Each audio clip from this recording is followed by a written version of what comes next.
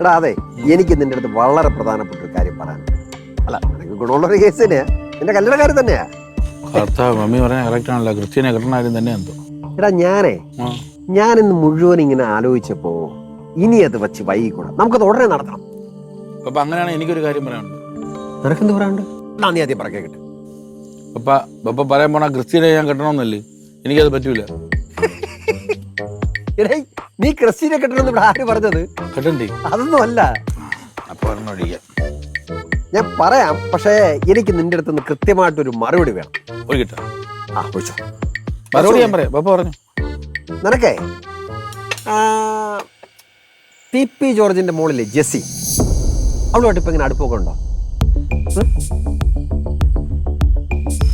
ഇല്ലേ? അല്ല, ഉണ്ടോ? ഇല്ല. എടാ ഉണ്ടോ ഇല്ലേ, ഏതെങ്കിലും ഒന്ന് പറ. നീ ഉണ്ട്, പക്ഷെ ഇല്ല, അടുപ്പില്ല. ഇല്ല എന്നാ ഉണ്ടാക്കണം. അതായത് ഒരു അപ്പന് മോനോട് ഇങ്ങനെയൊക്കെ പറയാൻ പറ്റുമോ ഇല്ലെന്നൊന്നും എനിക്കറിയില്ല, പക്ഷെ ഞാൻ പറയും.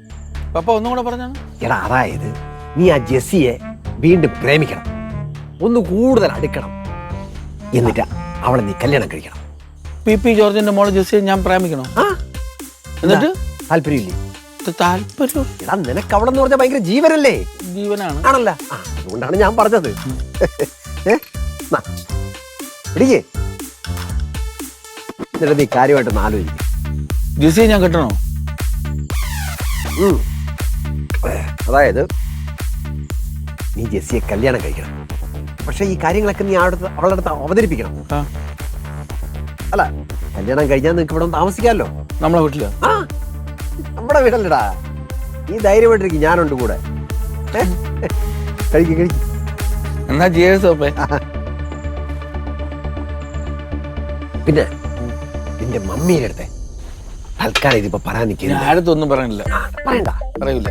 എന്റെ മമ്മിയെ ഞാൻ പിന്നെ തഞ്ചത്തിൽ കാര്യങ്ങളൊക്കെ പറഞ്ഞ് മനസ്സിലായിക്കോ. ഓക്കെ ഓക്കെ ഓക്കെ, കാര്യങ്ങളൊക്കെ മനസ്സിലായില്ല? കാര്യങ്ങളൊക്കെ മനസ്സിലായി. ഒഴിക്കട്ടെ ഒന്നുകൂടെ? ഒന്നും കൂടെ ഒഴിക്കാം. നമ്മളെ ജെസ്സിയെ നമ്മള് പ്രേമിച്ചിട്ട് കെട്ടുന്നു. നമ്മളല്ല, നീ.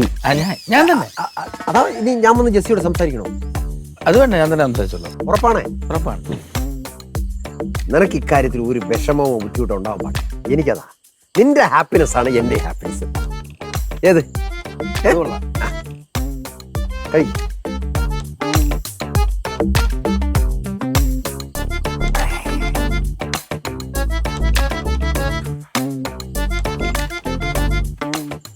എല്ലാം ക്ലിയർ ആയിട്ട് മനസ്സിലായല്ലോ? എല്ലാം ക്ലിയർ ആയിട്ട് മനസ്സിലായി. എന്നാ ഇന്ന് തൊട്ട് നീ നിന്റെ പണികൾ ആരംഭിച്ചു. അപ്പൊ ഞാൻ പെട്ടെന്ന് അടിച്ചിട്ട് പോയി കിടന്ന് ഉറങ്ങിട്ട് പെട്ടെന്ന് തന്നെ രാവിലെ എണീറ്റ് പോട്ടെ.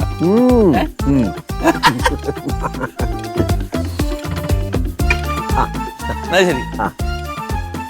അല്ലെങ്കിൽ ഞാൻ ഒന്നും കൂടെ അടിച്ച. ഇന്നത്തേക്ക് ഇത് മതി. Okay okay okay.